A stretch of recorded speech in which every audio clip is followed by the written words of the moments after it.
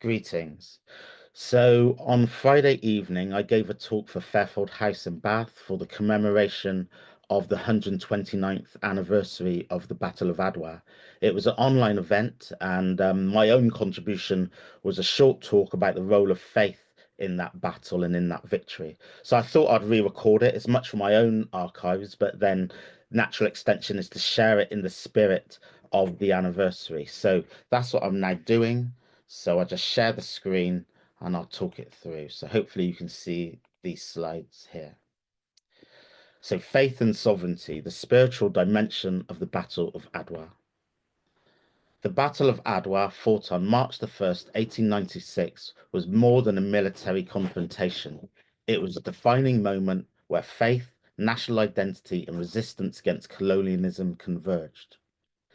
The profound relationship between faith and warfare is vividly captured in famous paintings of the battle, such as this one housed in Fairfield House in Bath. These visual representations not only document the historic event, but also emphasize the central role of divine intervention in Ethiopia's victory. The iconic painting serves as a testament to Ethiopia's unwavering belief in divine protection.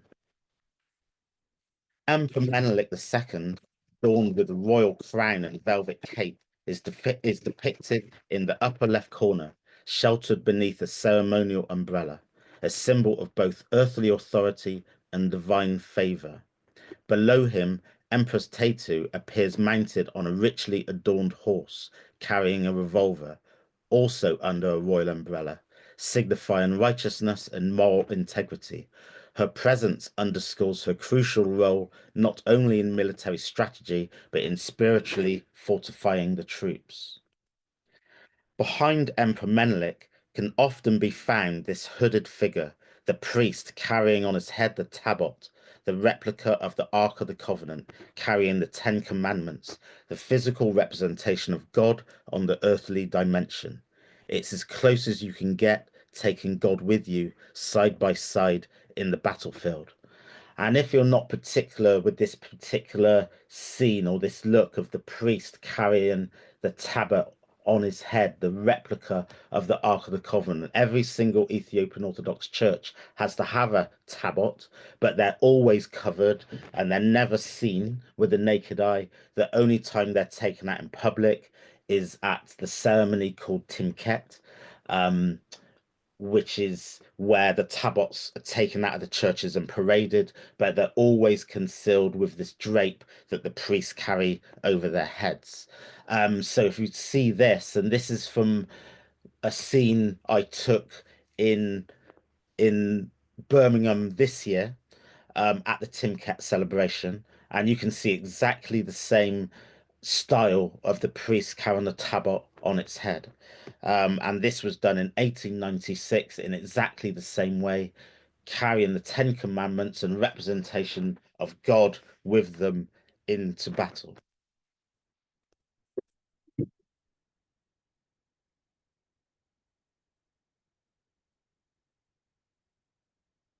So the Ethiopian soldiers on the left, clad in striped tunics, are portrayed facing the viewer head on, a visual cue signifying moral clarity and virtue.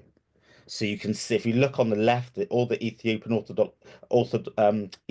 troops, you can see their faces. You can see both eyes of all the soldiers.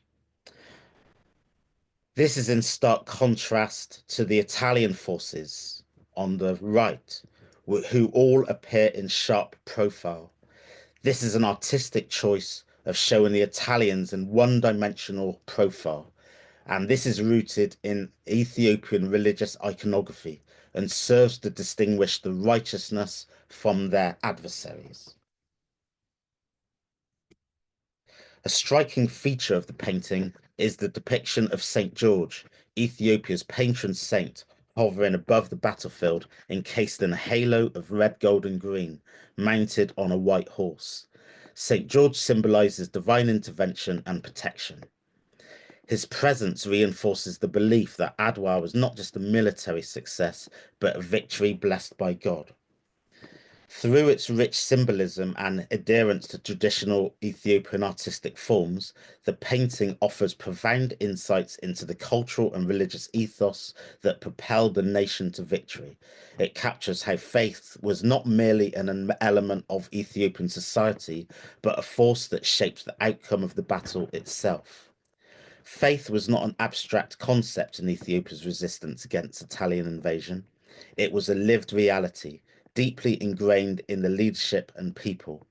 Emperor Menelik II and Empress Tetu were devout adherents of the Ethiopian Orthodox Tewahedo Church. Menelik, often seen fasting and praying before crucial decisions, saw his rule as divinely sanctioned. Empress Tetu, equally steadfast in her faith, encouraged religious observances and sought the counsel of clergy in governance and warfare. So this is another example of the painting in the Horniman Museum in London. And here's a close-up. Again, in this close-up, you can see again the priest with the tabot on his head. Before the battle, priests and monks moved amongst the troops, blessing them and invoking divine favor. This was not a mere formality, it was an affirmation that their fight was just and that Ethiopia, a Christian kingdom since antiquity, was under God's protection. The presence of faith in battle reinforced a collective sense of righteousness, strengthening morale amongst the Ethiopian forces. Many people in England are surprised to learn that St. George is also the patron saint of Ethiopia, and that his veneration in Ethiopia long predates European influence. He became the patron saint of Ethiopia in early Christian traditions in the Askimite kingdom, dating back to the 4th century when King Azana converted to Christianity. Since then, the Ethiopian Orthodox Church has honored St. George with his image associated with divine protection in battle. During medieval times, he was credited with miraculous interventions, further solidifying his role as the guardian of Ethiopian sovereignty. The Ethiopian army carried the flag of St. George into battle as a symbol of divine favor. According to historical accounts, soldiers rallied under this battle, believing it represented the intercession of St. George himself. And there's an account of an Italian officer recalling the battle, and he observed how the Ethiopian troops advanced undaunted as if shielded by faith itself. So the complexity of war and faith, with faith provided the Ethiopian forces with spiritual fortitude and morale. War itself remained a complex moral terrain. Self-defense was not undertaken lightly, it was a duty, not an ambition. The Bible reflects this tension between the necessity of security and the moral weight of war. In the book of Numbers, God instructs the Israelites, saying, "And if you go to war in your land against the enemy that oppresses you, then you shall blow an alarm with the trumpets, and you shall be remembered before the Lord your God, and you shall be saved from your enemies." And that's in Numbers 10, chapter 9, verse 9. For Ethiopia, Adwa was precisely such a moment, a battle fought not for conquest, but for survival, for the preservation of a sovereign land that had never been colonized. This was a battle fought with faith at its core, an unwavering belief in God's justice and Ethiopia's right to self-determination. Emperor Menelik himself understood this deeply, reportedly declaring, "I have no intention of being an indifferent onlooker in the distant powers that have the idea of dividing up Africa, for Ethiopia has been for more than 14 centuries a Christian island in a sea of pagans." Similarly, after the battle, he affirmed, "An enemy has come across the sea. He has broken through our frontiers to destroy our fatherland and our faith. With the help of God, I will defend the inheritance of my forefathers and drive back the invader by force of arms." His words encapsulate the essence of Adwa, not just as a military victory, but as a testimony to the enduring faith of power and the power of faith in Ethiopia's sovereignty.